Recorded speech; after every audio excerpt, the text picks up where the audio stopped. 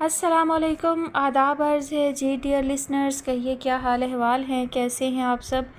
دعا ہے، امید ہے آپ سب بخیر و عافیت ہو۔ الحمدللہ میں بھی بالکل خیریت سے ہوں۔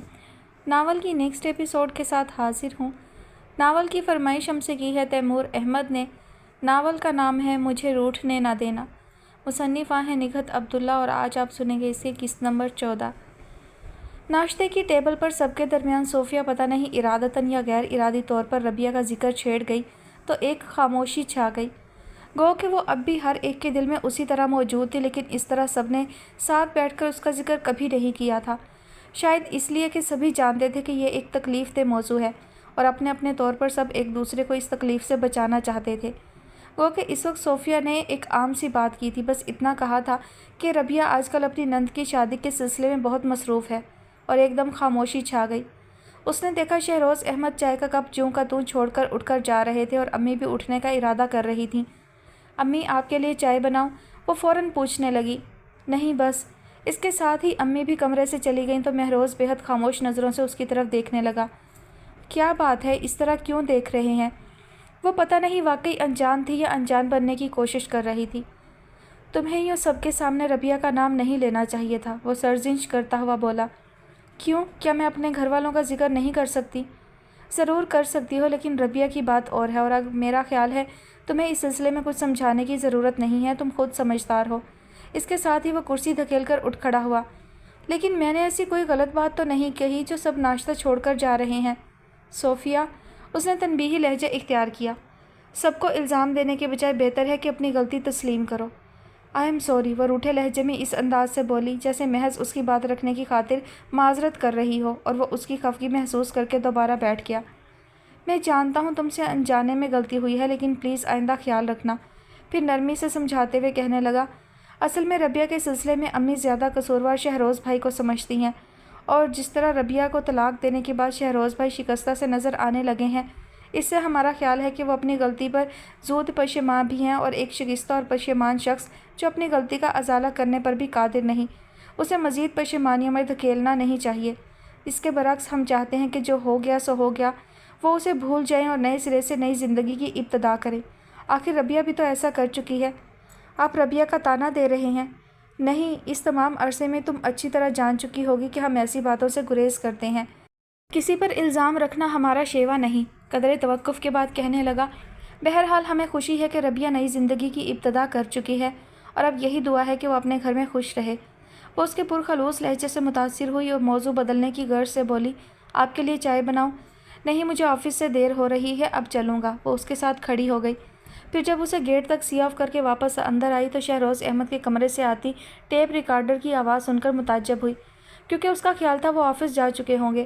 کچھ دیر وہیں کھڑی سوچتی رہی، پھر ان کے کمرے کی طرف چل پڑی۔ دروازے پر ہلکی سی دستک دے کر اندر داخل ہوئی تو وہ صوفے پر نیم دراز نظر آئے۔ انگلیوں میں دبا جلتا ہوا سگریٹ اپنی ناقدری پر راکھ ہو رہا تھا، اور بند آنکھوں میں یقیناً کوئی تکلیف دہ منظر آ ٹھہرا تھا جس کے آثار چہرے پر واضح نظر آ رہے تھے۔ ان پر سے ہوتی ہوئی اس کی نظریں ٹیپ ریکارڈر پر جا ٹھہری۔ کیسے کہوں تیرے بنا زندگی کیا ہوگی، جیسے کوئی سزا، کوئی بد دعا ہوگی۔ اس نے بڑھ کر ٹیپ بند کر دیا تو انہوں نے چونک کر آنکھیں کھولیں اور اسے دیکھ کر سیدھے ہو کر بیٹھے۔ بیکار ہے، وہ ماحول پر چھائی افسردگی دور کرنے کی خاطر ہلکے پھلکے انداز میں بولی۔ زندگی؟ وہ بے اختیار کہہ گئے۔ نہیں بھائی، زندگی کیوں بیکار ہونے لگی؟ پھر یہ کہ پہلے بندہ غلطی کرے، پھر اس پر پشیمان ہو، اور آخر میں یہ حالت بنا لے۔ وہ ان کے سر سے پاؤں تک اشارہ کرتے ہوئے بولی تو وہ ذرا سا مسکرائے۔ کیوں، میری حالت کو کیا ہوا؟ مجھ سے پوچھنے کے بجائے آئینے میں جا کر دیکھیں، مجنوں کو بھی مات کر دیا ہے آپ نے تو۔ آپ تو ایسے کہہ رہی ہیں جیسے مجنوں کو بہت قریب سے دیکھ رکھا ہو۔ دیکھ تو رہی ہوں۔ اس کی برجستگی پر وہ بے ساختہ ہنس پڑے، پھر کہنے لگے، مہروز آفس جا چکا ہے؟ ہاں، اور آپ کیوں نہیں گئے؟ بس یوں ہی، ویسے بھی آج کل کام کچھ زیادہ نہیں ہے۔ اگر کام کا پریشر کم ہے تو کوئی زبردست قسم کا پروگرام بنائیں، وہ پرجوش لہجے میں بولی۔ مثلاً؟ وہ دلچسپی ظاہر کرتے ہوئے پوچھنے لگے۔ مثلاً یہ کہ آپ ہی کے پاس لاہور چلتے ہیں، یا پھر سوات، یا پھر آپ کی شادی کا پروگرام بنا لیتے ہیں۔ ان کے ہونٹوں پر ٹھہری مسکراہٹ ایک دم معدوم ہو گئی اور وہ پیکٹ اٹھا کر اس میں سے سگریٹ نکالنے لگے۔ میرا خیال ہے آخری والا پروگرام صحیح ہے، ہم سب کی خواہش ہے کہ آپ… صوفیہ، وہ ٹوک گئے۔ میں آج آرام کی غرض سے گھر پر رکا ہوں، آپ پلیز مجھے ڈسٹرب نہ کریں۔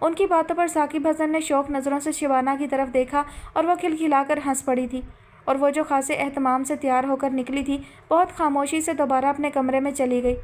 پھر کتنی دیر تک وہ انتظار کرتی رہی، شاید کوئی بلانے آئے، لیکن کوئی نہیں آیا۔ اور اگر اس مقام پر اسے ندا کی شادی یاد آ گئی تھی تو اس میں نہ اس کی شعوری کوششوں کو دخل تھا اور نہ ہی وہ قصوروار تھی۔ شہروز احمد کی امی، بھائی، بہن اور تمام کزنز نے اسے کس قدر اہمیت دی تھی، چھوٹی سے چھوٹی بات میں اس کی رضا شامل، جیسے کوئی بھی بات اس کی مرضی کے خلاف ہو گئی تو قیامت آ جائے گی۔ کتنی معتبر ہو گئی تھی وہ خود اپنی نظروں میں بھی۔ پھر تمام کزنز کا اسے گھیر کر گانے کی فرمائش کرنا، پیار کر لیں گھڑی دو گھڑی، اس کے ہونٹ بے آواز حرکت کرنے لگے تھے اور وہ بیڈ کی پٹی سے سر ٹکا کر آنکھیں بند کر گئی۔ کوئی اس کے اندر دھیرے دھیرے گنگنا رہا تھا۔ ربیہ، اس نے چونک کر آنکھیں کھولیں۔ دروازے میں کھڑی انیلا پتہ نہیں کیا کہہ رہی تھی، چپ چاپ اسے دیکھے گئی۔ تم سب کے ساتھ نہیں گئی؟ اندر آتے ہوئے انیلا نے پوچھا۔ نہیں، وہ سیدھی بیٹھتے ہوئے بولی۔ کیوں؟ بس اچانک پتہ نہیں مجھے کیا ہوا کہ دل گھبرانے لگا، سر میں بھی درد ہو رہا ہے۔ اس نے جھوٹ کا سہارا لیا۔ انیلا بیڈ پر اس کے سامنے بیٹھی تو کچھ دیر تک اس کے چہرے پر نظریں جمائے رہی، پھر کہنے لگی، سنو، ابھی تو میں اسی گھر میں ہوں اور یہاں کی ہر بات سے باخبر بھی۔ البتہ جب چلی جاؤں گی تو شاید بے خبری کی بنا پر تمہاری باتوں کا یقین کر لیا کروں گی۔ کیا مطلب؟ وہ بہت حد تک اپنے آپ پر قابو پا چکی تھی۔ تم بہت اچھی طرح جانتی ہو میں کیا کہہ رہی ہوں۔ بہرحال مجھے یہ بتاؤ، ثاقب بھائی تمہارے ساتھ ایسا کیوں کر رہے ہیں؟ کیا کر رہے ہیں؟ وہ الٹا اس سے پوچھنے لگی۔ پلیز ربیہ، مت بات کو الجھاؤ۔ کیا میں نہیں جانتی کہ ثاقب بھائی تم سے کتنی محبت کرتے تھے؟ اماں کی مخالفت کے باوجود انہوں نے تمہارے ساتھ شادی کی، یہ جاننے کے باوجود کہ تمہاری پہلی شادی ناکام ہو چکی ہے، پھر بھی انہوں نے تمہیں اپنایا۔ پھر اب انہیں کیا ہو گیا ہے؟ وہ کیوں تمہیں اگنور کر رہے ہیں؟ تم اپنے بھائی سے پوچھو یہ بات، وہ اس سلسلے میں کیا کہتی، بس اپنا دامن بچانے لگی۔ انہیں بھی تو اندازہ ہوگا۔ میں تو یہی کہوں گی کہ تمہارا بھائی جذباتی انسان ہے۔ میرے حالات کے پیش نظر یقیناً مجھ سے شادی کر بیٹھا اور اب اپنی غلطی پر پچھتا رہا ہے۔ وہ اپنے ناخن سے نیل پالش اتارتے ہوئے بولی۔ شادی کوئی گڈے گڑیا کا کھیل نہیں ہے، یہ تمام عمر کا بندھن ہے۔ اس میں ہمدردی اور پھر غلطی کا کیا سوال؟ اس کے خاموش رہنے پر کہنے لگی، شبانہ میری خالہ زاد بہن ہے، لیکن اس کا یہ مطلب نہیں کہ میں اسے تم پر ترجیح دوں گی۔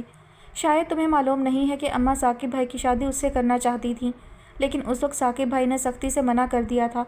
اچھا، وہ اندر کا درد چھپانے کو ہنسی۔ میرا خیال ہے اب وہ منع نہیں کرے گی۔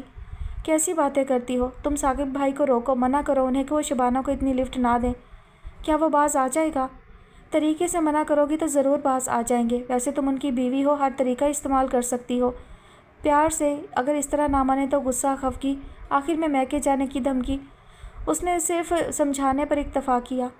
اگلے دن انیلا رخصت ہو کر اپنے گھر چلی گئی تو اتنے دنوں سے جو گھر میں شادی کے ہنگامے رہے تھے ایک دم ماند پڑ گئے۔ کچھ دنوں تک سب کی زبان پر اس شادی کا تذکرہ رہا، پھر خود بخود ہر بات معمول پر آ گئی، روز و شب روٹین پر آ گئے۔ البتہ اب وہ گھر کے سارے کام کرنے کو تنہا ہو گئی۔ جب تک انیلا تھی وہ اس کا ہاتھ پٹایا کرتی تھی، اب اماں تو بس حکم ہی چلایا کرتی تھی۔ اسے گھر کے کام کرنے پر کوئی اعتراض نہیں تھا، بلکہ وہ تو ویسے بھی مصروفیت کے بہانے ڈھونڈتی تھی۔ کسی بہانے وہ سارا دن مصروف رہتی، لیکن جب طاقت سے بڑھ کر بوجھ اٹھایا جائے تو زیادہ دیر کھڑا نہیں رہا جا سکتا۔ وہ بھی بالآخر ڈھہ گئی۔ پہلے 2-1 روز ہلکا ہلکا بخار رہا، تیسرے دن صبح جب ثاقب حسن نے اسے اٹھایا تو وہ بخار میں جل رہی تھی۔ رات تو تم اچھی بھلی تھی، پھر اچانک اتنا تیز بخار کیسے آ گیا؟ وہ اچنبے سے پوچھنے لگا۔ وہ کیا کہتی خاموش ہی رہی۔ تم لیٹی رہو، میں تمہارے لیے چائے لے کر آتا ہوں۔ شاید اس میں کچھ انسانیت باقی تھی، کبھی کبھی غالب آ کر اسے مغلوب کر دیا کرتی تھی۔ اسے لیٹے رہنے کا کہہ کر وہ باہر نکل گیا۔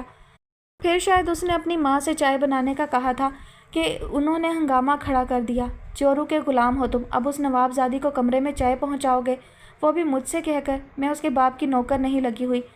اماں وہ انہیں اس کی بیماری کا بتانا چاہتا تھا، لیکن وہ اپنی کہے گئی۔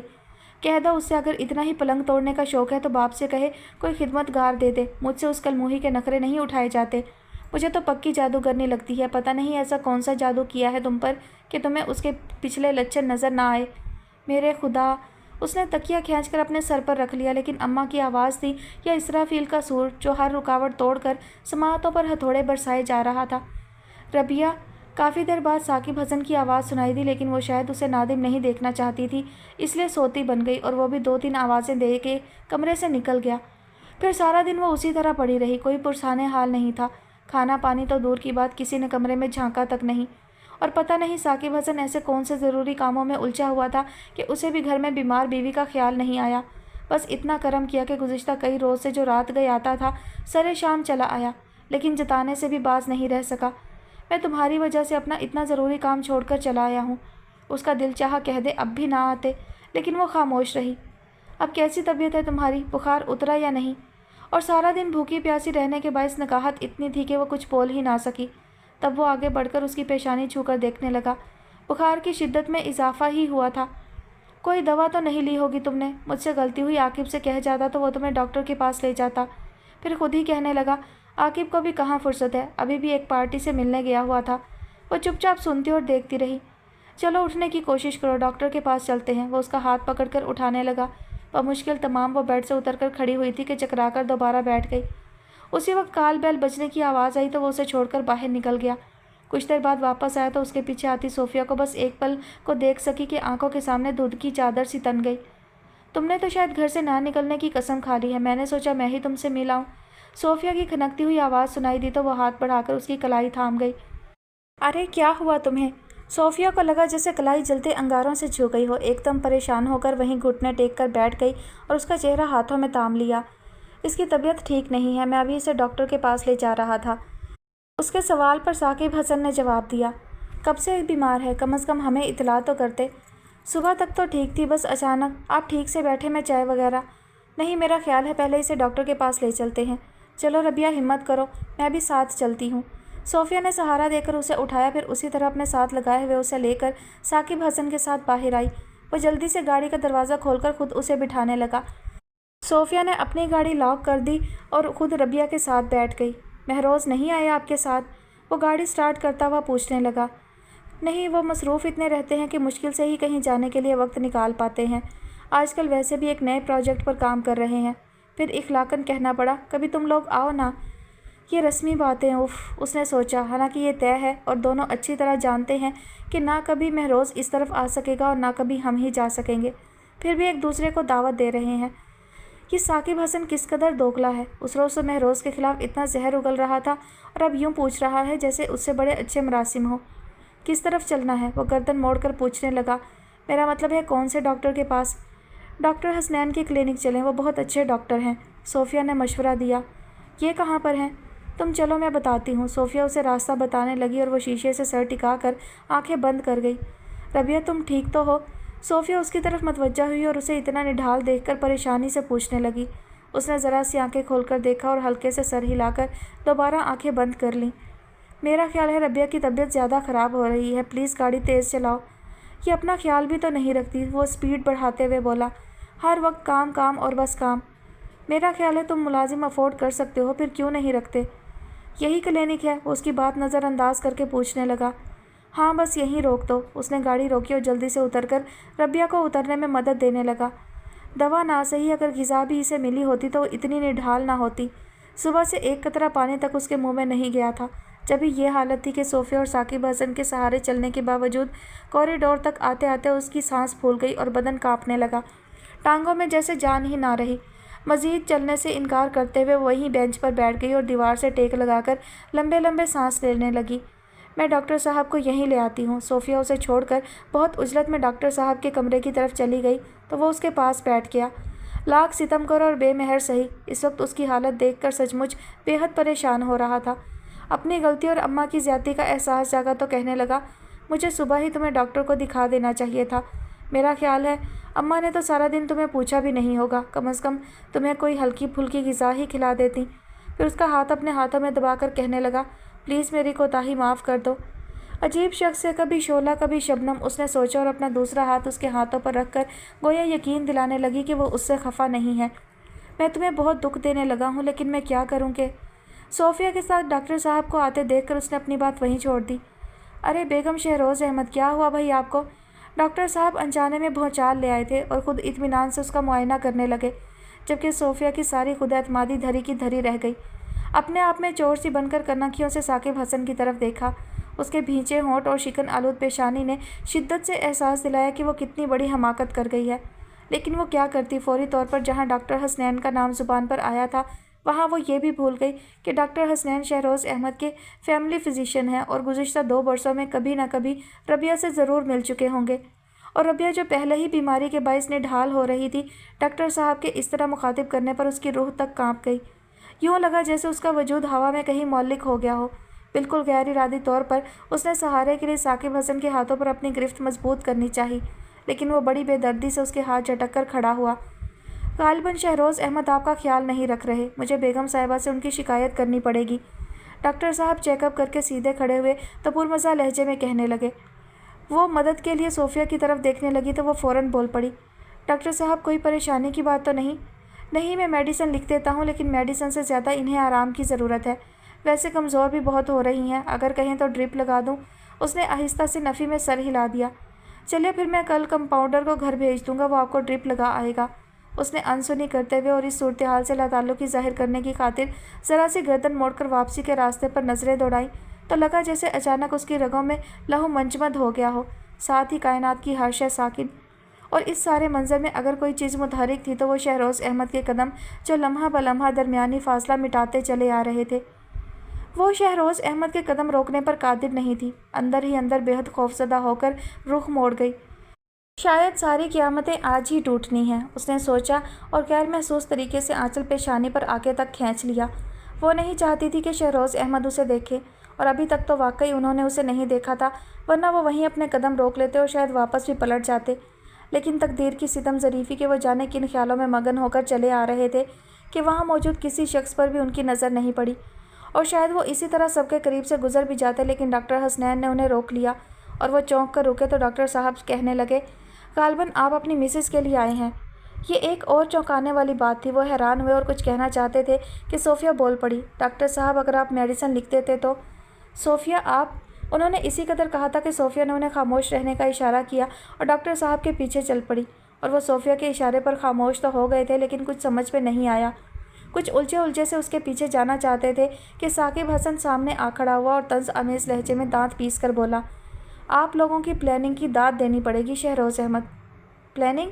ان کی سمجھ میں نہیں آیا، آخر انہیں کس قسم کی صورتحال کا سامنا ہے؟ انجان بننے کی کوشش بیکار ہے شہروز احمد، مجھے صرف اتنا بتا دیں کہ اس پلاننگ میں میری بیوی کس حد تک شریک تھی۔ بات کرتے ہوئے ثاقب حسن نے بینچ پر بیٹھی ربیہ کی طرف اشارہ کیا تو ان کی نظریں بھی اس طرف اٹھ گئیں، اور پھر یہ تو ممکن ہی نہیں تھا کہ جسے ہر پل نظریں تلاش کرتی تھی ایک طویل مدت بعد اس پر نظر پڑے اور ٹھہر نہ جائے۔ بہت چاہا اس کی رسوائی کا سامان نہ ہو، اس پر کوئی آنچ نہ آئے، لیکن اپنے آپ پر اختیار نہیں رہا تھا۔ ہزار کوشش کے باوجود اس پر سے نظریں نہ ہٹا سکے، اور یہی بات ثاقب حسن کے شک کو تقویت دے گئی۔ اس پر بس نہیں چلا تو ربیہ کی کلائی تھام کر ایک جھٹکے سے اٹھایا اور تقریباً گھسیٹتا ہوا اسے ساتھ لے گیا، اور وہ وہیں کھڑے ایک بار پھر اسے دور جاتا ہوا دیکھتے رہے۔ ربیہ کہاں ہے؟ عقب سے صوفیہ کی آواز آئی تو وہ فوراً اس کی طرف پلٹے اور فقط اس کا نام لے سکے، ربیہ؟ ہاں، ابھی ربیہ اور ثاقب یہاں موجود تھے، کہاں گئے؟ پتہ نہیں، شاید باہر موجود ہوں، انہوں نے کہا تو صوفیہ تقریباً بھاگتی ہوئی گیٹ تک گئی اور وہاں ثاقب حسن کی گاڑی نہ دیکھ کر مایوسی سے پلٹ آئی۔ پھر قدرے تیز لہجے میں پوچھنے لگی، آپ یہاں کیا کرنے آئے تھے؟ میں امی کی رپورٹس لینے آیا تھا۔ آپ کو بھی اسی وقت آنا تھا؟ اس کے لہجے میں دکھ، تعصب، پریشانی اور جانے کیا کچھ تھا کہ شہروز احمد زیادہ تو نہیں سمجھے، لیکن اتنا اندازہ ضرور ہو گیا کہ کہیں کوئی گڑبڑ، کوئی غلطی ضرور ہو گئی ہے۔ یہ سب محض اتفاق ہے، لیکن وہ کبھی یقین نہیں کرے گا۔ صوفیہ پرسوچ انداز میں جیسے اپنے آپ سے بولی، لیکن وہ سن کر کہنے لگے، کیا بات ہے، آپ پریشان کیوں ہیں؟ سب ٹھیک تو ہے نا؟ کچھ بھی ٹھیک نہیں ہے، آپ جا کر امی کی رپورٹس لے آئیں، پھر گھر چلتے ہیں۔ رپورٹس کل لے لوں گا، آپ آئیے۔ وہ اس کی حالت کے پیش نظر اپنا کام کل پر چھوڑ کر اسے لے کر باہر نکل آئے، پھر ادھر ادھر نظریں دوڑاتے ہوئے پوچھنے لگے، آپ آئی کیسے تھیں؟ میرا مطلب ہے آپ کی گاڑی؟ میں ربیہ اور ثاقب کے ساتھ آئی تھی، اور اتنا کہہ کر ان کی گاڑی میں بیٹھ گئی، اور جب انہوں نے ڈرائیونگ سیٹ سنبھالی تو ان کے کچھ پوچھنے سے پہلے ہی کہنے لگی، میں ربیہ سے ملنے اس کے گھر گئی تھی، وہ بیمار تھی اور ثاقب حسن اسے ڈاکٹر کے پاس لے جانے والا تھا۔ مجھ سے غلطی یہ ہوئی کہ میں بھی اس کے ساتھ چل پڑی، اور مزید غلطی یہ کہ جب ثاقب نے ڈاکٹر کی بابت پوچھا تو میں نے بنا سوچے سمجھے ڈاکٹر حسنین کا نام لے دیا، اور یہاں آ کر جانتے ہیں کیا ہوا؟ وہ ایک نظر اس پر ڈال کر دوبارہ سامنے دیکھنے لگے۔ ڈاکٹر حسنین ربیہ سے اسی پرانے تعلق کے حوالے سے بات کرنے لگے، یعنی انہوں نے اسے بیگم شہروز احمد کہہ کر مخاطب کیا۔ مائی گاڈ! اسٹیئرنگ پر ان کی گرفت سخت ہو گئی۔ ستم تو یہ ہے کہ ثاقب حسن بھی وہیں موجود تھا، اور آپ سوچ سکتے ہیں کہ ڈاکٹر صاحب کے طرز تخاطب پر اس کا کیا رد عمل ہوا ہوگا۔ میں محسوس کر رہی تھی کہ اگر اس کا بس چلتا تو وہ پہلے ڈاکٹر حسنین کے گریبان پر ہاتھ ڈالتا، اس کے بعد ربیہ کے ٹکڑے کر دیتا۔ قدرے توقف کے بعد کہنے لگی، میں اگر غیر جانبداری سے بات کروں تو یہی کہوں گی کہ جہاں ربیہ بے قصور ہے وہاں ثاقب حسن کا رد عمل بھی بالکل فطری تھا۔ وہ تو کیا کوئی بھی شخص یہ برداشت نہیں کر سکتا کہ اس کی بیوی کو کسی دوسرے شخص کے ساتھ منسوب کر کے مخاطب کیا جائے، اور مزید ستم یہ کہ آپ چلے آئے۔ مجھے اگر معلوم ہوتا تو… وہ تعصب سے بولے۔ میں آپ کو الزام نہیں دے رہی، وہ فوراً بول پڑی۔ مجھے تو لگتا ہے جیسے حالات نے ربیہ کے خلاف محاذ بنا لیا ہے۔ وہ کتنے ہی ہاتھ پاؤں کیوں نہ مارے، حالات کو شکست نہیں دے سکتی۔ بہن کو درپیش حالات کی سنگینی محسوس کر کے وہ رو پڑی، اور اسی طرح روتے ہوئے، پتہ نہیں اس کے مقدر میں یہ سب کیوں لکھا گیا ہے، اتنی ڈھیر ساری آزمائشیں، اتنے کڑے امتحان اور ایسے کٹھن مراحل، یا میں انہیں سزا سے تعبیر کروں؟ لیکن سزا بھی کیوں؟ کیا کیا ہے اس نے؟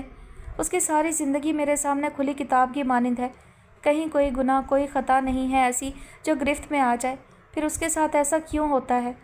پلیز صوفیہ، وہ اسے رونے سے منع کرنا چاہتے تھے، لیکن وہ اور شدت سے روتے ہوئے بولی، آپ جانتے ہیں اسے کس قدر سادہ ہے، وہ شروع سے ہی ایسی ہے، صابر، شاکر اور ہر زیادتی چپ چاپ سہ جانے والی۔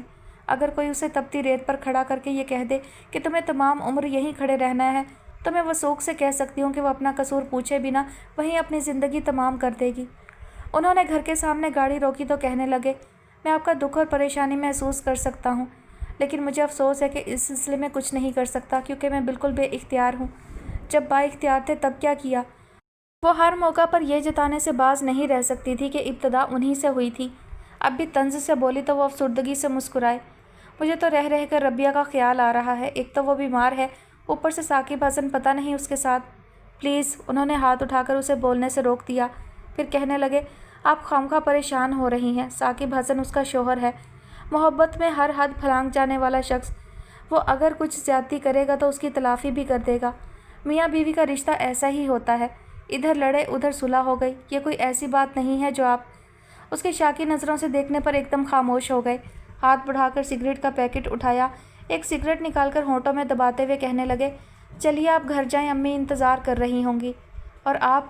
میں ایک کام سے جا رہا ہوں، امی پوچھیں تو بتا دیجیے گا، اور یہ بھی کہ ہو سکتا ہے مجھے آنے میں دیر ہو جائے۔ اس کے ساتھ ہی انہوں نے لائٹر جلا کر سگریٹ سلگایا اور پھر ڈھیر سارے دھوئیں میں اپنے آپ کو چھپانے کی ناکام کوشش کی۔ جو باتیں آپ نے مجھے سمجھانے کی کوشش کی ہے شہروز بھائی، ان سے اپنے آپ کو بھی بہلا لیجیے گا۔ وہ دھند کے اس پار ان کے چہرے پر نظریں جما کر بولی، پھر فوراً اپنی طرف کا دروازہ کھول کر اتر گئی، اور وہ جو سوچ رہے تھے کہ اس کے اترتے ہی گاڑی بھگا لے جائیں گے، چپ چاپ اس کی طرف دیکھنے لگے۔ میری گاڑی ربیہ کے گھر ہے، ہو سکے تو ڈرائیور بھیج کر منگوا لیجیے گا، اس نے کہا، اور ان کا جواب سنے بغیر اندر چلی گئی۔ ثاقب حسن کی پیشانی شکن آلود تھی اور ہونٹ سختی سے بھینچے ہوئے تھے، وہ اس کی طرف دیکھنے کی ہمت بھی نہ کر پائی تھی، لیکن گاڑی کی مسلسل بڑھتی ہوئی سپیڈ سے وہ اس کے اندر اٹھتے طوفان کا اندازہ کر سکتی تھی، اور اس طوفان کا اندازہ کر کے ہی اندر وہ بے حد خوف زدہ ہو گئی اور اپنے آپ کو اس طوفان کا سامنا کرنے کے لیے تیار کرنے لگی۔ اس کا خیال تھا وہ ڈاکٹر حسنین کے طرز تخاطب پر خفا ہوگا، یا پھر اچانک شہروز احمد کے آ جانے پر، اور زیادہ سے زیادہ ان دونوں حضرات کو گالیوں سے نوازے گا، لیکن وہ تو کچھ اور کہہ رہا تھا، ایسی باتیں جو اس کے گمان میں بھی نہیں تھی۔ گھر اور پھر اپنے کمرے میں داخل ہوتے ہی اس نے زوردار آواز کے ساتھ دروازہ بند کیا، پھر اسے دھکا دے کر بیڈ پر گراتا ہوا کہنے لگا، تم آوارہ اور بد چلن ہو، میرے گھر میں رہ کر شہروز احمد کے ساتھ عشق و محبت کا کھیل کھیل رہی ہو، اس کھیل میں تمہاری وہ لنگڑی بہن بھی شریک ہے۔ نہیں، وہ چیخنا چاہتی تھی لیکن آواز نے ساتھ نہیں دیا، تو نفی میں سر ہلاتی ہوئی اس کے سامنے ہاتھ جوڑنے لگی، مجھ پر اور میری بہن پر یہ الزام مت لگاؤ، یہ الزام نہیں حقیقت ہے۔ وہ اس کے بندھے ہاتھوں پر پیر سے ٹھوکر مارتا ہوا کہنے لگا، مجھے تم پر اسی روز شبہ ہو گیا تھا جس روز فون پر تم نے مجھ سے بات کرنے سے انکار کر دیا تھا، تمہارے لہجے کی بیزاری اور اکتاہٹ میں نے صاف طور پر محسوس کی تھی۔ پھر اپنی بہن کو محض اس لیے تم نے اس گھر میں بیاہا تاکہ آئندہ بھی وہاں سے تعلق رکھ سکو، اور تم اس میں کامیاب ہوئی۔ نہیں ثاقب حسن، نہیں۔ اس کے آنسو روانی سے بہہ نکلے تھے۔ بیماری کا ڈھونگ رچا کر شہروز احمد سے ملنے گئی تھی، اگر میں وقت سے پہلے نہ آ جاتا تو تم اپنی بہن کے ساتھ آزادی سے طے شدہ پروگرام کے تحت اپنے اس عاشق سے مل آتی۔ خدا کے لیے ثاقب حسن، چاہو تو مجھے جان سے مار دو، لیکن ایسے گھٹیا الزام مت لگاؤ کہ مجھے اپنے آپ سے گھن آنے لگے۔ گھن تو تمہیں اس وقت آئے گی جب میں تمہیں بے نقاب کروں گا اور سارا زمانہ تم پر تھوکے گا، اور تمہارے ساتھ ساتھ شہروز احمد پر بھی جو بڑا عزت دار بنا پھرتا ہے۔ اس نے ہاتھوں میں چہرہ چھپا لیا تو اس کے بالوں کو مٹھی میں جکڑ کر اس کا چہرہ اونچا کرتے ہوئے کہنے لگا، تم اگر یہ سمجھ رہی ہو کہ میں تمہیں دوبارہ شہروز احمد تک جانے کے لیے آزاد کر دوں گا تو یہ خیال دل سے نکال دو۔ گو کہ میں تمہاری صورت بھی نہیں دیکھنا چاہتا، اس کے باوجود تمہیں یہیں رہنا ہے، اسی گھر میں، اور اگر کبھی گھر سے باہر قدم نکالنے کی کوشش کی تو میں تمہاری ٹانگیں توڑ دوں گا، سمجھی تم؟ اس کے بالوں کو زور سے جھٹکا دے کر چھوڑا تو تکلیف کی شدت سے اس کی چیخ نکل گئی۔ چلاؤ مت، وہ دہاڑا، اپنی آواز کو ہمیشہ کے لیے اپنے اندر دفن کر دو، اور اب میں ذرا تمہارے عاشق نامدار سے دو دو ہاتھ کراؤں۔ وہ پیر پٹکتا ہوا کمرے سے نکل گیا تو وہ تکیے میں منہ چھپا کر رونے لگی۔ یہ صحیح ہے کہ وہ شہروز احمد سے ناطہ توڑنا نہیں چاہتی تھی، لیکن جب ناطہ ٹوٹ گیا تو اس نے نہ صرف ہر تعلق ختم کر لیا تھا بلکہ اپنی سوچوں پر بھی پہرے بٹھا لیے تھے۔ اور یہ بھی صحیح ہے کہ وہ ثاقب حسن سے بہت پہلے متنفر ہو گئی تھی اور نہیں چاہتی تھی کہ وہ دوبارہ اس کی زندگی میں آئے، لیکن جب ہر بات ہی اس کی خواہش کے برعکس ہوئی تب اس نے سمجھوتا کر لیا تھا۔ گو کہ وہ اپنے دل میں ثاقب حسن کے لیے محبت پیدا نہیں کر سکی تھی، لیکن اسے مجازی خدا سمجھتے ہوئے وہ اس سے ہٹ کر سوچتی بھی نہیں تھی، اور وہ تھا کہ ابھی اس پر اتنا بڑا الزام رکھ گیا تھا، آوارہ اور بدچلن کہہ کر اس کی روح تک میں شگاف ڈال گیا تھا۔ وہ سسک سسک کر روتی رہی، اس سارے واقعے کو سوچتی تو کہیں بھی حالات اس کے حق میں نہیں تھے۔ گو کہ سب کچھ محض اتفاق تھا، چھوٹی آپا کا آنا، ڈاکٹر حسنین کی لا علمی، اور پھر شہروز احمد کی آمد۔ لیکن ثاقب حسن نے اپنی سوچ کے مطابق کڑی سے کڑی ملا کر اسے ان سب کی پلاننگ قرار دے دیا تھا، اور وہ قصوروار نہ ہوتے ہوئے بھی قصوروار ٹھہرائی گئی۔ ایک تو پہلے ہی طبیعت خراب تھی، رونے سے بخار اور تیز ہو گیا، سر بھی درد سے پھٹا جا رہا تھا، صبح سے کچھ کھایا پیا بھی نہیں تھا، اس وقت بھی کچھ کھانے کو دل تو نہیں چاہ رہا تھا، لیکن چائے کی شدید خواہش تھی، کوئی ایک کپ چائے ہی پلا دے۔ اور کون تھا؟ کوئی بھی نہیں۔ ساس نے یہ جاننے کے باوجود کہ اس کی طبیعت خراب ہے کمرے میں جھانکا تک نہیں تھا، اور خود سے اٹھنے کی اس میں ہمت نہیں تھی۔ کچھ دیر تک خود ہی اپنا سر اور پیشانی دباتی رہی، پھر دوپٹے سے اپنا سر باندھ رہی تھی کہ پہلے دروازے پر دستک ہوئی اور پھر اس کے سسر اندر جھانک کر شاید ثاقب کے بارے میں پوچھنا چاہتے تھے، لیکن اس کے سر پر دوپٹہ بندھے دیکھا تو اندر آتے ہوئے بولے، کیا بات ہے، طبیعت تو ٹھیک ہے تمہاری؟ جی، وہ اسی قدر کہہ سکی، اور وہ قریب آئے تو اس کی سرخ آنکھیں اور بھیگا چہرہ دیکھ کر ٹھٹک گئے۔ تم رو رہی ہو؟ اس نے نفی میں سر ہلایا، لیکن زبان بھی سل گئی۔ جی۔ ثاقب نے کچھ کہا ہے یا اس کی ماں نے؟ جی، کسی نے نہیں۔ اچھا۔ وہ اطمینان سے اس کے سامنے بیٹھ گئے اور بغور اس کی طرف دیکھتے ہوئے کہنے لگے، اچھی بات ہے کہ تم کسی کی شکایت نہیں کرتی، لیکن بیٹا اس طرح اکیلے رونے سے مسئلہ تو حل نہیں ہوگا نا، مجھے بتاؤ کیا بات ہے؟ کوئی بات نہیں ابا، بس سر میں درد ہو رہا ہے، وہ سر ہلا کر بولی۔ لاؤ میں تمہارا سر دبا دوں۔ نہیں ابا، وہ نادم ہوئی اور جلدی سے سر پر بندھا دوپٹہ کھولنے لگی۔ اسپرین لے لیتی ہوں۔ اسپرین ہے؟ میں دیکھتی ہوں، رہنے دو، میں لے کر آتا ہوں۔ وہ اٹھ کر چلے گئے تو اس نے پیشانی گھٹنوں پر رکھ لی اور آنکھیں بند کرتے ہوئے فوری طور پر ہر خیال ذہن سے جھٹک دیا، کیونکہ ذرا سی سوچ درد کی ٹیسوں میں اضافہ کر رہی تھی۔ البتہ آنکھیں بند کرتے ہی سارے واقعات فلم کی طرح چلنے لگے۔ کافی دیر بعد جب ابا آئے وہ اسی طرح بیٹھی تھی، انہوں نے پکارا، تب سر اونچا کیا اور ان کے ہاتھوں میں ٹرے دیکھ کر حیران ہوئی، اور اپنے آپ میں بے حد شرمندگی محسوس کرتی ہوئی اٹھنے لگی تھی کہ آنکھوں کے سامنے اندھیرا چھا گیا، بے بسی سے سر تھام کر رہ گئی۔ آپ نے کیوں تکلیف کی ابا؟ کوئی تکلیف نہیں کی، لو یہ بسکٹ کھاؤ۔ ابا نے پلیٹ اس کے آگے رکھی، پھر ایک بسکٹ اٹھا کر اس کی طرف بڑھایا۔ میرا کچھ کھانے کو دل نہیں چاہ رہا، بس چائے پیوں گی۔ تمہیں اسپرین بھی لینی ہے اور خالی پیٹ اسپرین نقصان دہ ہوتی ہے، چلو پہلے بسکٹ کھاؤ۔ ابا نے پیار بھرا روب جمایا تو اس نے بسکٹ لے لیا۔ یہ صحیح ہے کہ میں الگ تھلگ ایک کمرے میں پڑا رہتا ہوں، ابا چائے کا کپ اس کے سامنے رکھتے ہوئے کہنے لگے، لیکن اس کا یہ مطلب نہیں ہے کہ میں گھر کے حالات سے بالکل ہی بے خبر ہوں۔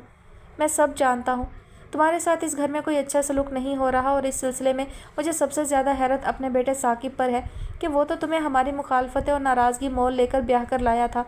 اس نے یوں دیکھا جیسے کہہ رہی ہو آپ بھی، اور وہ اس کی نظروں کا مفہوم سمجھ کر کہنے لگے، ہاں میں بھی۔ وہ پوری ایمانداری سے اعتراف کرتے ہوئے کہنے لگے، میں خود اس شادی کا مخالف تھا، اور میری مخالفت کی وجہ خاص طور پر تمہاری ذات نہیں تھی۔ تمہاری جگہ کوئی اور لڑکی ہوتی تب بھی میں ایسا ہی کرتا، کیونکہ میں ثاقب حسن کی شادی اپنی بھتیجی سے کرنا چاہتا تھا۔ اسی طرح اس کی والدہ اپنی بھانجی کو اس گھر میں لانے کی خواہش مند تھیں۔ بہرحال میری مخالفت اور ناراضگی اسی روز ختم ہو گئی جس روز تم بیاہ کر اس گھر میں آئی، لیکن شاید تمہاری ساس ابھی تک دل میں بغض رکھے ہوئے ہیں۔ قدرے توقف کے بعد کہنے لگے، میرا خیال تھا جس چاہ سے ثاقب حسن تمہیں بیاہ کر لایا ہے، اس سے بہت جلد وہ تمہیں اس گھر میں تمہارا صحیح مقام دلا دے گا، لیکن وہ تو انتہائی نامعقول نکلا۔ اس کی مثال اس بچے کی سی ہے جو کسی کھلونے کے لیے مچل مچل کر روتا اور ضد کرتا ہے، اس کے حصول کے لیے ہر جائز اور ناجائز حربہ استعمال کرنے کو حق سمجھتا ہے، اور جب حاصل کر لیتا ہے تو بڑی بے دلی سے ایک کونے میں ڈال کر مطمئن ہو جاتا ہے۔ تمہارے ساتھ بھی اس نے یہی کچھ کیا۔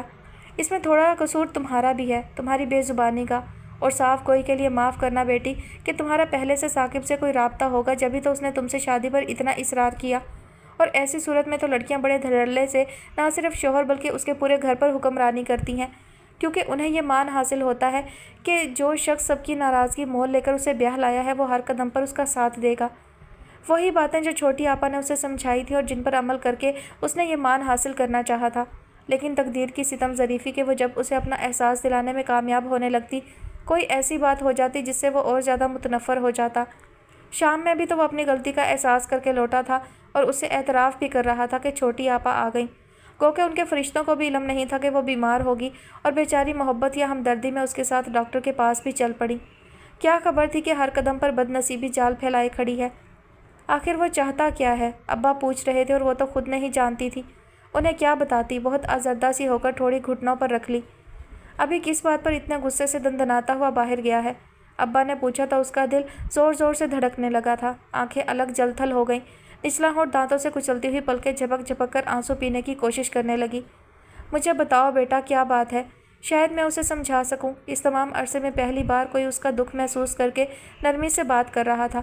وہ ساری کوششیں ترک کر کے رو پڑی تو ابا اپنی جگہ سے اٹھ کر اس کے پاس آ کھڑے ہوئے، محبت سے سر پر ہاتھ رکھ کر کہنے لگے، رو مت بچی، مجھے بتاؤ۔ وہ شاید میری گزشتہ زندگی کو ذہنی طور پر قبول نہیں کر پا رہا، وہ بمشکل تمام اسی قدر کہہ سکی تھی کہ ابا فوراً بول پڑے، کیوں؟ کیا وہ نہیں جانتا تھا کہ تمہارے ساتھ ایک حادثہ ہو چکا ہے؟ جب اسے معلوم تھا سب کچھ جانتے بوجھتے اس نے تمہارے ساتھ شادی کی ہے، پھر اب ان باتوں کو دہرانے اور تمہیں تانا دینے کا کیا مقصد ہے؟ یہ ساری باتیں تو اسے پہلے سوچنی چاہیے تھی۔ بہرحال تم فکر نہ کرو، میں اسے سمجھانے کی کوشش کروں گا کہ اتنی کمظرفی کا مظاہرہ نہ کرے۔ پھر اس کا سر تھپکتے ہوئے کہنے لگے، چلو ابھی تم نے اسپرین کھائی ہے، اب آرام کرو، رو مت اور ذہن پر بوجھ ڈالنے کی بھی ضرورت نہیں۔ پھر خود ہی اس کے لیے تکیہ سیدھا کر کے اسے لٹایا اور سونے کی تاکید کرتے ہوئے ٹرے اٹھا کر باہر نکل گئے۔ اس نے بہت خاموشی سے انہیں جاتے ہوئے دیکھا، پھر آنکھوں پر بازو رکھ لیا۔ نیند تو نہیں آ رہی تھی اور نہ ہی ثاقب حسن کی واپسی تک سونا چاہتی تھی۔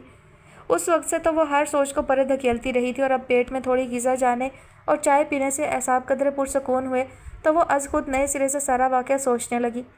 وہ قصوروار نہیں تھی اور ہو سکتا ہے ثاقب حسن کو بھی اپنی بے گناہی کا یقین دلانے میں کامیاب ہو جاتی، لیکن اس وقت جس بات نے اسے پریشان کیا وہ ثاقب حسن کا غصے میں جانا تھا، اور وہ یہ بھی کہہ گیا تھا کہ شہروز احمد کے پاس جا رہا ہے۔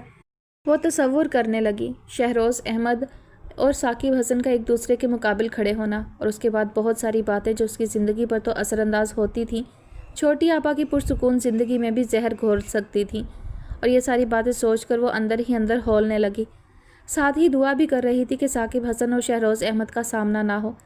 کتنا وقت گزر گیا، پریشان سوچوں میں گھرے گھڑی نے 1 کا گھنٹہ بجایا تھا جب ثاقب حسن آیا تھا، گو کہ وہ فوراً جاننا چاہتی تھی کہ وہ کہاں سے آ رہا ہے اور کیا کر کے آ رہا ہے، لیکن وہ اس کی طرف دیکھنے کی ہمت تک نہ کر سکی۔ بازو کی آڑ سے ذرا سی آنکھ کھول کر دیکھا اور اس کا سرخ چہرہ دیکھ کر آنکھ بند کر لی۔ میرے خدا! دل دھڑک دھڑک کر کسی خطرے کی آگاہی دینے لگا، اور کسی خوفناک واقعے کا سوچ کر اس کا سانس تیز تیز چلنے لگا، اور وہ جو اسے سوتا سمجھ رہا تھا اس کے کندھوں میں حرکت دیکھ کر فوراً آگے بڑھ آیا اور اس کی آنکھوں سے بازو ہٹاتے ہوئے پوچھنے لگا، کون آیا تھا یہاں؟ ابا! اس کے حلق سے پھنسی پھنسی آواز نکلی۔ میں یہاں کی بات نہیں کر رہا، تمہارے گھر سے کون آیا تھا؟ اس کی آنکھوں سے شعلے نکل رہے تھے۔ کوئی نہیں۔ پھر تمہاری بہن کی گاڑی کون لے گیا ہے؟ پتہ نہیں۔ گاڑی کیا خود چل کر گئی ہے؟ کوئی تو آیا ہوگا۔ میں نہیں جانتی، تم اماں یا ابا سے پوچھ لو، انہیں معلوم ہوگا۔ پوچھ لوں گا ان سے، اور اگر مجھے یہ معلوم ہوا کہ گاڑی کے بہانے کوئی تمہارے پاس بھی آیا تھا تو میں تمہیں زندہ نہیں چھوڑوں گا۔ کون آئے گا میرے پاس؟ کیا میرے گھر والے؟ ہاں، میں تمہارے گھر والوں کا یہاں آنا بھی پسند نہیں کرتا۔ وہ اس کی بات کاٹ کر دبی دبی آواز میں چیخا، اگر کوئی آیا تو میں دھکے دے کر نکال دوں گا، اور آج تو وہ تمہارا عاشق نامدار بچ گیا، لیکن آخر کب تک؟ اس کے ساتھ ہی وہ پیر پٹکتا ہوا باتھ روم میں چلا گیا، ڈریس چینج کر کے نکلا تو قہر آلود نظر اس پر ڈال کر اپنی جگہ جا لیٹا۔ وہ کچھ دیر تک سانس روکے اس کی طرف سے مزید کسی بات کی منتظر رہی، لیکن جب وہ کچھ کہے بغیر دوسری طرف کروٹ بدل کے تب اس نے بہت آہستگی سے سینے میں رکی سانس ہونٹوں کی قید سے آزاد کی اور دوبارہ بازو اپنی آنکھوں پر رکھ لیا۔ اسے یہ سوچ کر ہی خوف آنے لگا تھا کہ ثاقب حسن اس کے گھر سے آئے کسی فرد کو دھکے دے کر نکال دے، اور اس سے کوئی بعید بھی نہیں تھا کہ وہ ایسا کر گزرتا۔ ویسے تو اس کے گھر سے کوئی آتا بھی نہیں تھا جب سے اس کی شادی ہوئی تھی، بس اماں ایک بار آئی تھی یا آج شام چھوٹی آپا، اور ظاہر ہے جب وہ نہیں جائے گی تو کوئی نہ کوئی تو اس کی خیر خبر لینے ضرور آئے گا۔ چھوٹی آپا بھی تو اسی لیے آئی تھی۔ وہ سوچنے لگی کہ وہ آخری بار اماں کے گھر کب گئی تھی، تب اسے یاد آیا انیلا کی شادی سے پہلے شام کے وقت ذرا دیر کو گئی تھی، اور اس روز بھی اچانک مہروز سے سامنا ہونے پر ثاقب حسن کا موڈ بگڑ گیا تھا۔ اس کے بعد وہ اسی خوف سے نہیں گئی تھی، اور اس بات کو تقریباً 1.5 مہینہ ہو گیا تھا۔ پھر آگے کا بھی کچھ پتہ نہیں تھا کہ ثاقب حسن کب تک اسے جانے دے، اور اس دوران اماں اس سے بالکل غافل تو نہیں رہ سکتی تھی۔ یقیناً وہ کسی دن ادھر آ سکتی تھیں، اور ان کی آمد پر ثاقب حسن کا رد عمل سوچ کر اسے جھرجھری آ گئی۔ پھر اس نے سوچا وہ کسی طرح اماں کو منع کروا بھیجے گی کہ فی الحال اس کے گھر کوئی نہ آئے، لیکن اس طرح تو اماں پریشان ہو جائیں گی، اور وہ اپنی طرف سے کسی کو پریشان نہیں کر سکتی تھی۔ صوفیہ سے تو انہوں نے بڑے آرام سے کہہ دیا تھا کہ آپ خواہ پریشان ہو رہی ہیں، ثاقب حسن اس کا شوہر ہے، اگر زیادتی کرے گا تو تلافی بھی ضرور کرے گا، لیکن وہ اپنے آپ کو یہ بات نہیں سمجھا سکے تھے۔ صوفیہ کو گھر پر اتار کر پھر وہ بے مقصد سڑکوں پر گاڑی دوڑاتے رہے، مسلسل اسی کا خیال پریشان کر رہا تھا، اور انہیں لگتا جیسے اس سارے واقعے کے وہی ذمہ دار ہوں۔ رہ رہ کر اس کا بیمار اور افسردہ چہرہ نگاہوں کے سامنے گھوم رہا تھا، اور پھر ثاقب حسن کا اسے گھسیٹتے ہوئے لے جانا۔ انہوں نے سوچا جب وہ سرعام اس کے ساتھ یہ سلوک کر سکتا ہے تو گھر جا کر تو پتہ نہیں کیا کچھ نہ کہا ہوگا، اور پتہ نہیں کوئی اسے روکنے والا بھی ہوگا کہ نہیں۔ وہ لڑکی ربیہ اکرام علی جس کا خیال ہی زندہ رہنے پر اکساتا ہے، وہ اس سلوک کی مستحق تو ہرگز نہیں تھی۔ انہوں نے سوچا، اور اس کے بہت سارے روپ ایک ساتھ نگاہوں میں آ سمائے، وہ اس کا دھیرے دھیرے چلنا اور دھیمے دھیمے مسکانا، ذرا سے سخت لہجے پر اس کا سہم جانا، کبھی ایک دم اپنی سی اور کبھی ایک دم پرائی۔ یقیناً تمہیں سوچنا مجھے زیب نہیں دیتا، وہ تصور میں اسے مخاطب کر کے کہنے لگے، لیکن میرا خود اپنے آپ پر اختیار ہو تب نہ، میں اپنے آپ کو باز بھی رکھوں، تم نے تو کوئی لمحہ میرے لیے چھوڑا ہی نہیں، اسی لیے ربیہ اکرام علی میں تمہیں سوچتے ہوئے اپنے آپ کو سرزنش یا ملامت نہیں کروں گا۔ انہوں نے کلب کے سامنے گاڑی روکی تو آس پاس اس کی آواز کی باز گشت سنائی دینے لگی، میں آئندہ آپ کا کلب جانا پسند نہیں کروں گی۔ آپ، انہیں یاد نہیں آیا انہوں نے کیا کہا تھا، لیکن اس کی بات اچھی طرح یاد تھی۔ جی، جب تک کچھ حق رکھتی ہوں اسے استعمال بھی کروں گی۔ وہ راہ فرار ڈھونڈتے ہوئے یہاں تک آئے تھے، لیکن پہلے ہی مرحلے پر وہ جیسے سامنے آ کھڑی ہوئی تھی۔ گاڑی موڑنا چاہتے تھے کہ قریب ہی سونیا کی گاڑی آ رکی۔ انہیں دیکھتے ہی وہ شیشے سے سر نکال کر کہنے لگی، ارے شہروز احمد، کہاں غائب ہیں آپ؟ غائب کہاں، تمہارے سامنے تو ہیں۔ وہ ذرا سا مسکرائے۔ کیا واپس جا رہے ہو؟ وہ انہیں گاڑی میں جمے دیکھ کر پوچھنے لگی۔ نہیں، اتنے عرصے بعد ایک اچھی دوست ملی تھی، انہوں نے واپسی کا ارادہ ترک کیا اور گاڑی سے اتر آئے۔ پھر اس کے ساتھ اندر آئے تو وہ پوچھنے لگی، آج اپنی مسز کو نہیں لائے؟ کیا بھلا سا نام ہے اس کا؟ ربیہ۔ انہوں نے کوئی جواب نہیں دیا، بلکہ ایک طرح سے یوں ظاہر کیا جیسے اس کی بات سنی ہی نہ ہو۔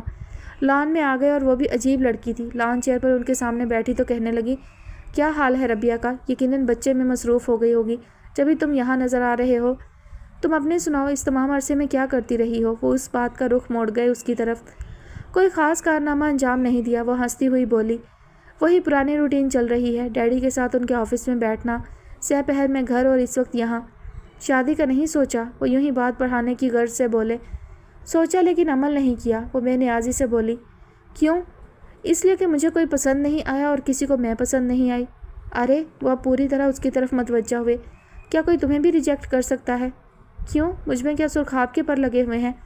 یہ تو میں نہیں جانتا، لیکن یہ ضرور کہہ سکتا ہوں کہ تم بہت اچھی لڑکی ہو ہر لحاظ سے۔ اچھا؟ وہ ہلکے سے ہنسی، پھر کچھ دیر تک براہ راست ان کی آنکھوں میں دیکھتے رہنے کے بعد کہنے لگی، اگر تمہیں میرے ہر لحاظ سے اچھا ہونے کا یقین تھا تو پھر تم نے مجھے پرپوز کیوں نہیں کیا؟ تم جانتی ہو میں شادی شدہ آدمی ہوں۔ وہ اپنا دفاع کرنے کی غرض سے بولے۔ میں اس سے پہلے کی بات کر رہی ہوں۔ اس سے پہلے؟ وہ سوچتے ہوئے بولے، پہلے کبھی خیال ہی نہیں آیا، اور جب خیال آیا تو وہ لڑکی زندگی میں آ چکی تھی۔ ربیہ کی بات کر رہے ہو؟ وہ فوراً پوچھنے لگی۔ ہاں۔ وہ مزید اس کے ذکر سے بچنے کی خاطر سگریٹ سلگانے لگے، پھر طویل کش لے کر بولے، سنو، یہ ریجیکٹ کرنے اور ریجیکٹ ہونے کا سلسلہ چھوڑو، آرام سے گھر بساؤ، لڑکیاں اپنے گھروں میں ہی اچھی لگتی ہیں۔ اچھا؟ وہ زور سے ہنسی، گویا اب تم نصیحت کرنے والے بن گئے ہو۔ نصیحت سمجھو یا ایک دوست کا مخلصانہ مشورہ؟ سوچوں گی، وہ کندھے اچکا کر بولی۔ اب سوچنے کا نہیں، عمل کرنے کا وقت ہے، ورنہ عمر گزر گئی تو کوئی پوچھے گا بھی نہیں۔ سنو، تم کہیں بیٹی کے باپ تو نہیں بن گئے؟ وہ میز پر قدرے آگے جھک کر شرارت سے بولی۔ بیٹی نہ بیٹا، میں تمہیں گزرتے وقت کا احساس دلا رہا ہوں۔ اس کے ساتھ ہی وہ اٹھ کھڑے ہوئے۔ کہاں جا رہے ہو؟ اندر، اتنے دنوں بعد آیا ہوں، باقی لوگوں سے مل لوں۔ ہاں، سب لوگ تمہیں بہت مس کرتے ہیں۔ Okay, see you. وہ اسے وہیں چھوڑ کر اندر چلے آئے۔ کچھ نئے لوگوں کو چھوڑ کر باقی سب وہی تھے جن کے ساتھ ان کی اچھی خاصی دوستی تھی۔ سب کے ساتھ ہیلو ہائی کرتے ہوئے آخر میں وہ سلمان کی ٹیبل پر جا بیٹھے اور پھر ان کے ساتھ کارڈز کھیلتے ہوئے وقت گزرنے کا احساس ہی نہیں ہوا۔ آہستہ آہستہ سب لوگ رخصت ہو گئے۔ آخر میں وہی چاروں بیٹھے رہ گئے تھے، اور جب سلمان نے بھی پتے پھینک کر گھر جانے کا اعلان کیا تب باقیوں کو بھی اٹھنا پڑا۔ وہ جب گھر میں داخل ہوئے رات نصف سے زیادہ گزر چکی تھی۔ ٹی وی لاؤنج کا بلب جل رہا تھا، شاید ان کے انتظار میں۔ وہ اسے آف کرتے ہوئے اپنے کمرے میں چلے گئے۔ دیر سے سونے کی وجہ سے صبح بہت دیر سے ان کی آنکھ کھلی۔ سائڈ ٹیبل سے گھڑی اٹھا کر دیکھی، 9 بج رہے تھے۔ اپنے آپ میں خاصی شرمندگی ہوئی، اس طرح ان کے معمولات تو کبھی نہیں بگڑے تھے۔ انہیں امی کا خیال آیا، پتہ نہیں وہ کیا سوچیں گی۔ اور پھر صوفیہ، وہ یقیناً باز پرس کرے گی۔ وہ اس وقت صوفیہ کا سامنا نہیں کرنا چاہتے تھے، اس لیے اپنے کمرے سے نکلے تو سیدھے امی کے پاس چلے گئے، اور امی کی زبانی انہیں معلوم ہوا کہ صوفیہ کچھ دنوں کے لیے اپنی امی کے گھر گئی ہے۔ گو کہ یہ عام بات تھی، لیکن وہ پتہ نہیں کیوں الجھنے لگے۔ وہ ٹیبل پر ناشتہ لگا رہی تھی جب اچانک برآمدے سے شور کی آواز آنے لگی۔ وہ بہت آہستگی سے ہاتھ میں پکڑی پلیٹ ٹیبل پر رکھ کر سننے کی کوشش کرنے لگی۔ ابا پتہ نہیں کیا کہہ رہے تھے، جواب میں اماں کی ہائے ہائے گونجنے لگی۔ الہی خیر، اس نے دھڑکتے دل پر ہاتھ رکھا اور جلدی سے باہر نکل آئی۔ اماں جلدی جلدی کا شور مچا رہی تھیں۔ ثاقب کہاں ہے؟ عاقب کو بلاؤ، جلدی کرو، حوصلے سے کام لو، اس طرح پریشان ہوگی تو بہن کو کیا سہارا دوگی؟ ابا نے کہا اور ثاقب کے ساتھ ساتھ عاقب کو بھی پکارنے لگے۔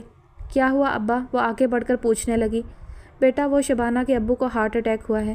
اتنا ہی کہا تھا کہ اماں چیخ کر بولیں، اس منحوس کو تو پرے کرو، میں اس کی شکل دیکھ کر نہیں جاؤں گی۔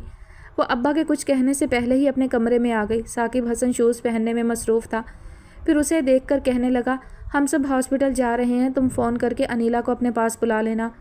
میں بھی چلوں؟ وہ بڑی آس سے بولی۔ کہاں؟ تم سب کے ساتھ؟ کوئی ضرورت نہیں ہے، اور سنو، دروازہ اچھی طرح بند کر لینا۔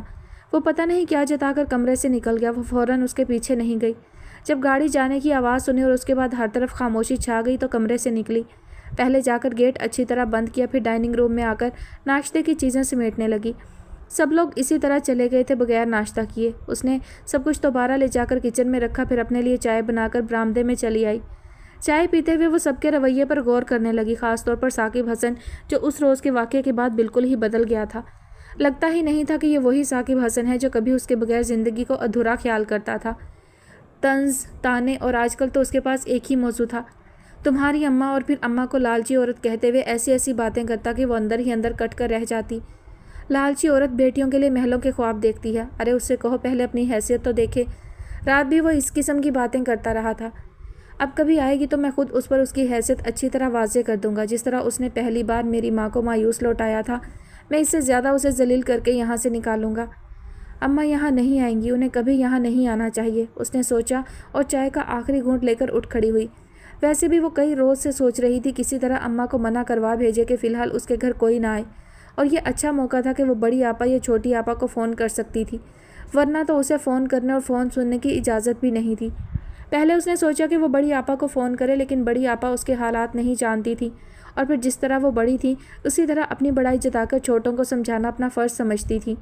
ان کی طرف سے یہی خدشہ تھا کہ وہ اس کی بات سن تو لیتی، لیکن شام میں کسی بہانے آ کر اس کے ساتھ ساتھ ثاقب حسن کو بھی سمجھانے بیٹھ جاتی، اور ثاقب حسن فوراً جان جاتا کہ اسی نے انہیں بلایا ہے، اور اس کے بعد ہو سکتا ہے کہ وہ بڑی آپا کا لحاظ بھی نہ کرتا۔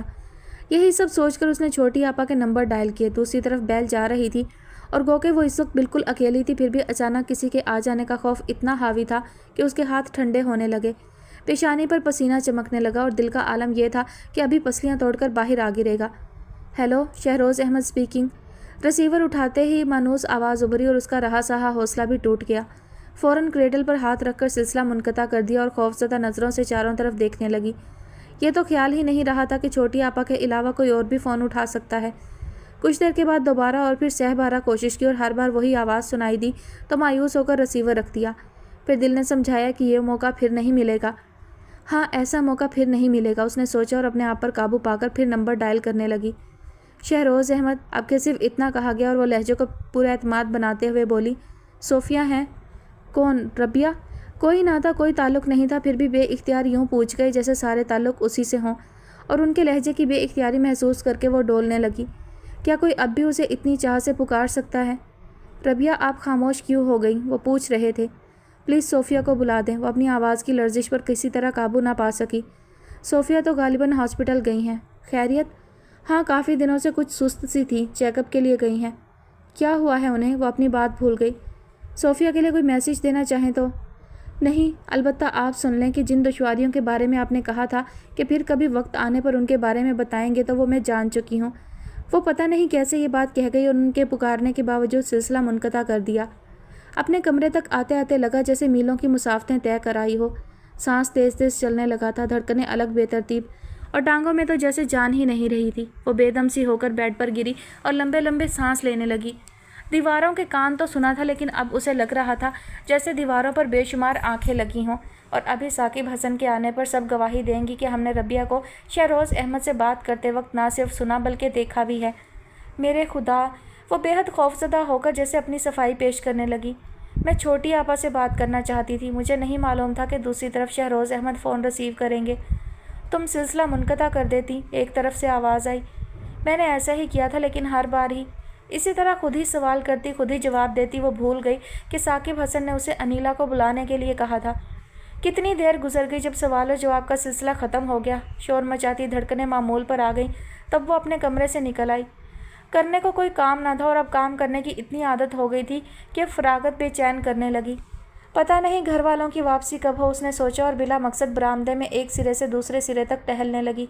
ابھی دوسرا چکر ہی لگا رہی تھی کہ باہر گاڑی رکنے کی آواز سن کر چونک گئی اور رک کر انتظار کرنے لگی۔ پھر جیسے ہی بیل بجی فوراً جا کر گیٹ کھولا۔ سامنے ثاقب حسن اکیلا کھڑا تھا۔ اسے تقریباً دھکیلتا ہوا اندر آیا اور متلاشی نظروں سے چاروں طرف دیکھتے ہوئے پوچھنے لگا، انیلا نہیں آئی؟ اس کے پوچھتے ہی یاد آیا کہ وہ جاتے جاتے کیا کہہ کر گیا تھا۔ وہ اندر ہی اندر سہم گئی اور پھنسی پھنسی آواز حلق سے نکلی، نہیں۔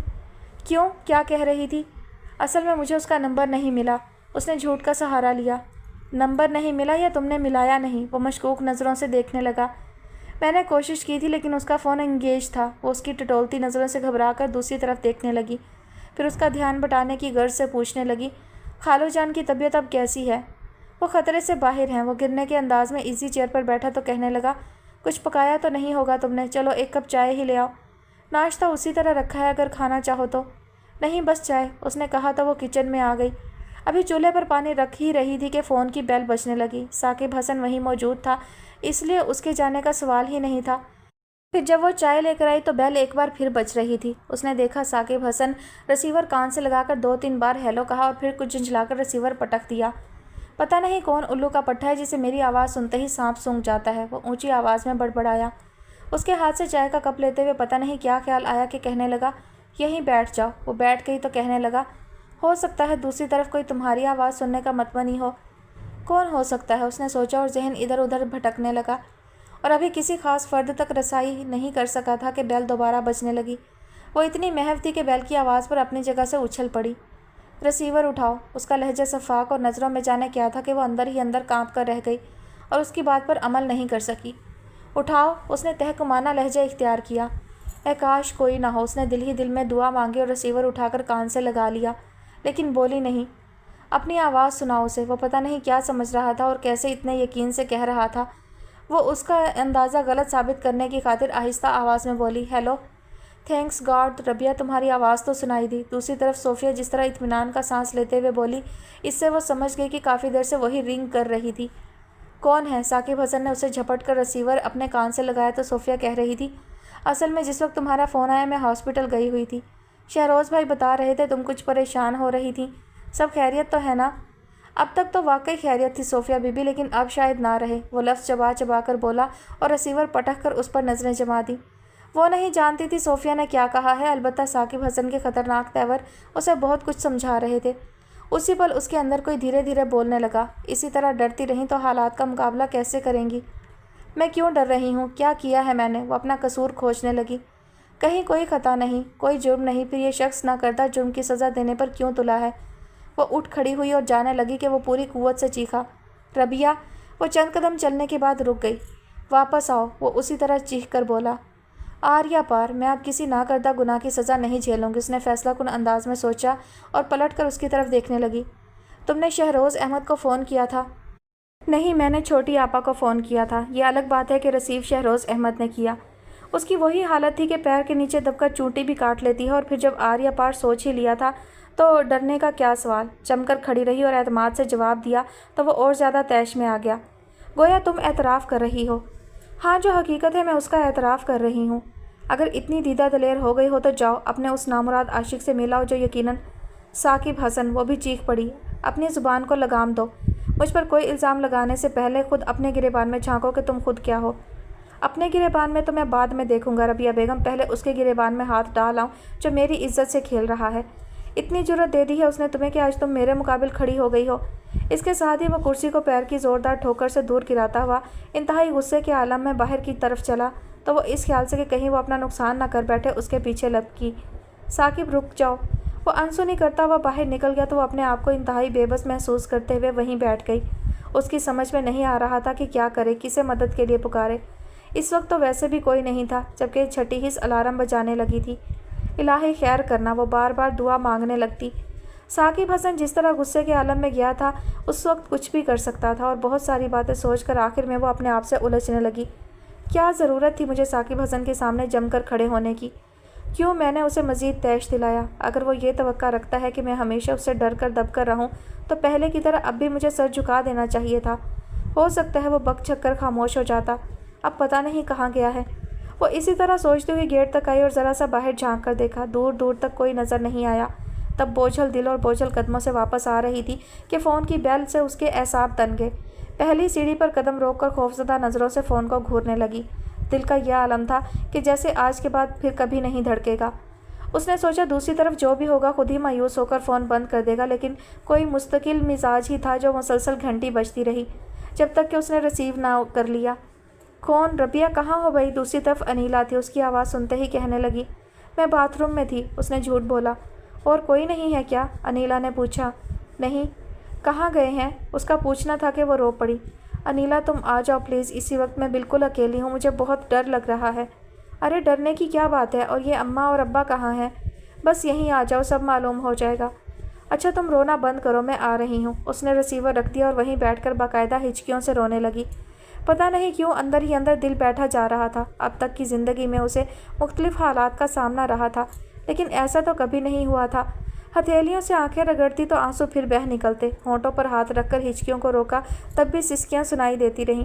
یہ اس کے ساتھ اور کون رو رہا تھا؟ وہ گھبرا کر چاروں طرف دیکھنے لگی، کوئی نہیں تھا۔ پھر یہ آوازیں جیسے کوئی بیان کر رہا ہو۔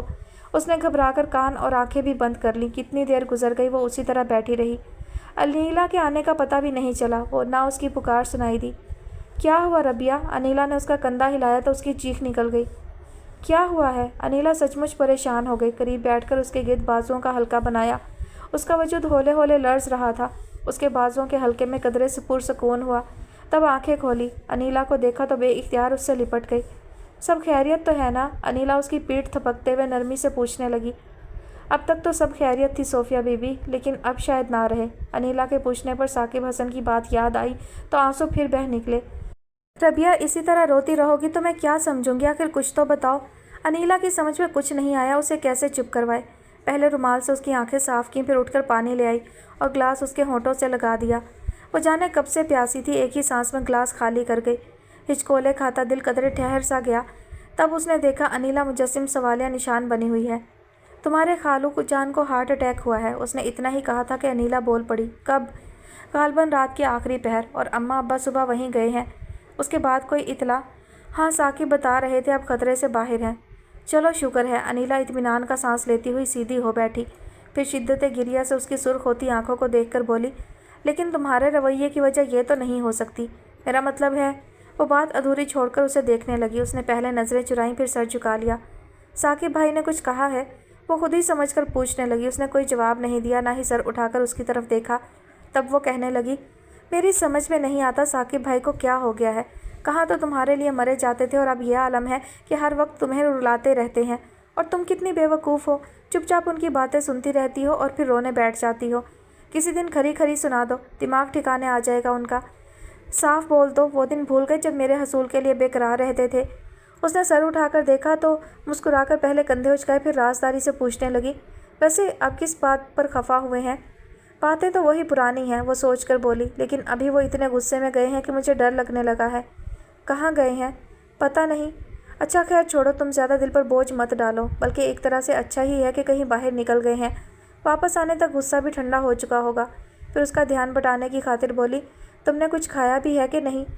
نہیں، کسی نے بھی کچھ نہیں کھایا۔ صبح میں ابھی ناشتہ لگا رہی تھی کہ خالہ جان کے ہاں سے فون آ گیا اور اسی وقت سب چلے گئے۔ اس نے تفصیل سے بتایا۔ اچھا تم اپنے ذہن کو آرام دو، میں کچھ کھانے کو لاتی ہوں۔ انیلا اٹھنے لگی کہ اس نے روک دیا۔ نہیں انیلا، تم بیٹھو، یہ فرض تو میرا ہے۔ اور دیکھو اپنی پریشانی میں تم سے کھانے کا پوچھنا تو بھول ہی گئی۔ وہ شرمندگی محسوس کرتی ہوئی اٹھ کھڑی ہوئی۔ اوفو، یہ تکلفات رہنے دو ربیہ، ویسے بھی میں اب کھانا کھا کر آئی ہوں۔ پھر بھی تم بیٹھو۔ وہ انیلا کو بٹھا کر خود کچن میں آ گئی۔ خاص طور پر اپنے لیے کوئی اہتمام کرنے کی ضرورت نہیں تھی، اس لیے صبح والے سلائس دوبارہ گرم کیے، آملیٹ بنایا اور ابھی چائے کا پانی رکھ ہی رہی تھی کہ انیلا کے چیخنے کی آواز سنائی دی۔ ربیہ، وہ اسے پکار رہی تھی۔ وہ کیتلی پھینک کر بھاگی چلی آئی۔ انیلا کو دیکھا وہ انتہائی پریشانی کے عالم میں کوئی نمبر ڈائل کر رہی تھی۔ کیا بات ہے؟ اس نے قریب آ کر پوچھا تو انیلا ایک نظر اس پر ڈال کر فون پر بات کرنے لگی۔ ہاں منصور، یہ میں ہوں۔ انیلا پلیز آپ جلدی آ جائیں، میں یہاں اماں کے گھر ہوں، بس فوراً آئیں۔ انیلا ریسیور رکھ کر اس کی طرف متوجہ ہوئی تو وہ اس کے کندھے جھنجھوڑ کر چیخنے لگی۔ مجھے بتاؤ انیلا، کیا ہوا ہے؟ خالو جان تو ٹھیک ہیں، اور ثاقب حسن؟ ثاقب کہاں ہے؟ پتہ نہیں ربیہ، یہ سب کیا ہو رہا ہے، میری تو کچھ سمجھ میں نہیں آ رہا۔ انیلا وہیں ڈھہ گئی، پھر اس کے سراپے پر نظر ڈالتے ہوئے بولی، جاؤ تم ڈریس چینج کراؤ، ابھی منصور آ جائیں پھر ہم چلتے ہیں۔ کہاں؟ ہاسپٹل۔ ہاسپٹل؟ اس نے دہرایا۔ کیا خالو جان؟ بس تم جاؤ، جلدی کرو۔ انیلا اس کے سوالوں سے جھنجھلا کر چیخ پڑی۔ لیکن میں ثاقب کی اجازت کے بغیر کیسے جا سکتی ہوں؟ وہ تو مجھے… ثاقب نے ہی تمہیں بلایا ہے، اب جاؤ، وہ اس کی بات کاٹ کر بولی۔ وہ الجھتی ہوئی اپنے کمرے میں آ گئی، ڈریس چینج کر کے بالوں میں اوپر سے برش پھیرا اور کمرے سے نکل کر آئی تو منصور آ چکا تھا۔ انیلا سرگوشیوں میں پتہ نہیں کیا کہہ رہی تھی کہ اسے دیکھ کر خاموش ہو گئی۔ چلیں، منصور ہاتھ کے اشارے سے اسے سلام کرتا ہوا اٹھ کھڑا ہوا تو انیلا نے جلدی جلدی کمروں کے دروازے بند کیے، پھر اس کا ہاتھ پکڑ کر منصور کے پیچھے چلی آئی۔ تمام راستہ ایک پراسرار سی خاموشی رہی۔ پھر ہاسپٹل کے پارکنگ میں گاڑی روک کر منصور سیدھا انکوائری کی طرف چلا گیا، پھر وہیں سے ان دونوں کو اشارہ کیا اور سیڑھیاں چڑھتا ہوا سیکنڈ فلور پر لے آیا۔ اس کے ذہن میں ابھی تک خالو جان کا خیال تھا، اس لیے وہ اماں ابا اور خالو جان کے گھر والوں کو تلاش کرنے کے لیے ادھر ادھر نظریں دوڑانے لگی۔ یوں ہی بھٹکتی ہوئی نظریں آپریشن تھیٹر پر جا ٹھہریں۔ اسی وقت دروازہ کھلا، بس ایک پل کو، اور اس ایک پل نے اسے عذاب لمحوں کی آگہی دے دی۔ اس کے اندر چیخوں کا طوفان بپھرنے لگا۔ ہونٹ کھلنے کی دیر تھی کہ فرش تا عرش اس کی چیخیں گونجنے لگیں، لیکن پتہ نہیں کیسے جب ہونٹ سلے تو ساری آوازیں کہیں دب کر رہ گئیں۔ انیلا کے کندھے پر پیشانی ٹکاتی ہوئی وہ بس اسی قدر کہہ سکی، ثاقب حسن۔